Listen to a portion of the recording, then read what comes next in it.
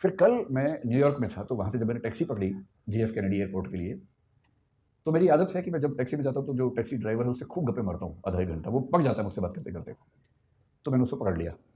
ये जो बच्चा था, अच्छा अमेरिका में टैक्सी चलाने वाला आपको अमेरिकन तो आमतौर पर नहीं मिलेगा, 10 में से 1 मिलेगा, बाकी 9 विदेशों के लोग मिलेंगे जो ग्रीन कार्ड पे हैं या वर्क वीज़ा पे हैं और अपनी रोज़ी-रोटी वहाँ कमा रहे हैं। लेबनान के मिलेंगे, कुवैत के मिलेंगे और जो मुझे कल मिला काज़ाकिस्तान का हाँ, ताजिकिस्तान का सॉरी मिला।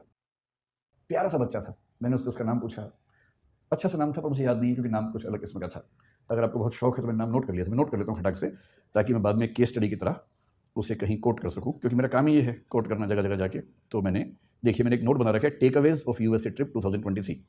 उसमें जो आखिरी स्टडी है वो है टैक्सी टू JFK एयरपोर्ट, उसका नाम था गाई राटी। 23 साल का बच्चा था, ताजिकिस्तान से। मैंने उसको इंग्लिश नहीं आती थी, ताजिक भाषा आती थी जो मुझे नहीं आती थी, उसे हिंदी भी नहीं आती थी। अच्छा ऐसे में क्या होता है कि इशारों की भाषा में काम चलता है फिर, थोड़ी देर के बाद कोई, और इशारों की भाषा यूनिवर्सल है। और अंग्रेज़ी इतनी उसको आ गई थी कि सेंटेंस का स्ट्रक्चर नहीं आता था ना, बाकी तो आता ही था, आई, गो, ताजिकिस्तान, ईयर, तो इतना बात समझ में आ गया था कि साल में एक बार जाता है। तो इस तरह से सिंटैक्स के बिना जो भाषा काम करती है उस भाषा में काम चल रहा था। तो मैंने पहले उससे पूछा व्हाट्स योर नेम, उसने घूर के देखा, मैंने कहा नेम, वो समझ गया नेम पूछ रहा है, तो उसने बताया गैराटी।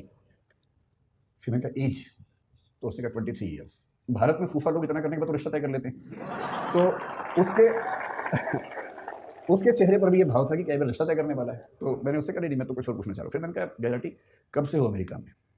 उसने कहा 1 ईयर। तो मैंने कहा वीज़ा कैसे मिला? बोला ग्रीन कार्ड। तो मुझे ध्यान आया कि ग्रीन कार्ड के मामले में डाइवर्सिटी पॉलिसी काम करती है, हर देश से कुछ लोगों को मिलता है, तो उसमें उसको मिल गया होगा। तो मैंने बहुत सहानुभूति के भाव से पूछा, मैंने गैराटी कितना कमा लेते हो यार? मुझे लगा बोलेगा बहुत कम कमाता हूँ, इस भाव से थोड़ी सी टिप मिल जाए अंत में, और मैं उसको बहुत खुश होकर $10 की टिप दूंगा और एहसान कर दूंगा अंत में, मुझे भी खुशी हो जाएगी। तो उसने कहा कि ऑलमोस्ट $400 to $500 एवरी डे। अच्छा भारत का आदमी सीधे 80 से गुणा करता है वहाँ जाके, जो भी फिगर सुनता है खटाक से गुणा करता है। मैं घबरा गया, भाई ये तो बहुत ज़्यादा कमा लेता है, इसका मतलब तो बहुत ज़्यादा कमा लेता है। मैंने कहा अच्छा। फिर मैंने कहा how many days in a week you work, क्योंकि वहाँ सब 5 दिन काम करके 2 दिन मस्ती करते हैं। बोला ऑल 7 डेज, क्योंकि मस्ती तो वहाँ के लोग करते हैं ना, बाहर से जाते हो तो भविष्य में मस्ती करने के मूड में होते हैं, अभी मेहनत करते हैं।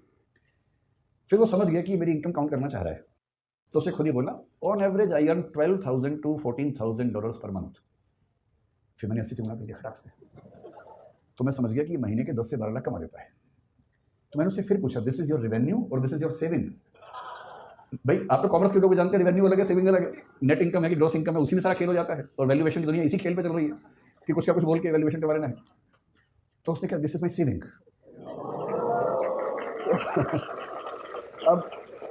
अब मुझे घबराहट होने लगी, क्योंकि वो 10 से 12 लाख महीने का कमा रहा था और उसको 12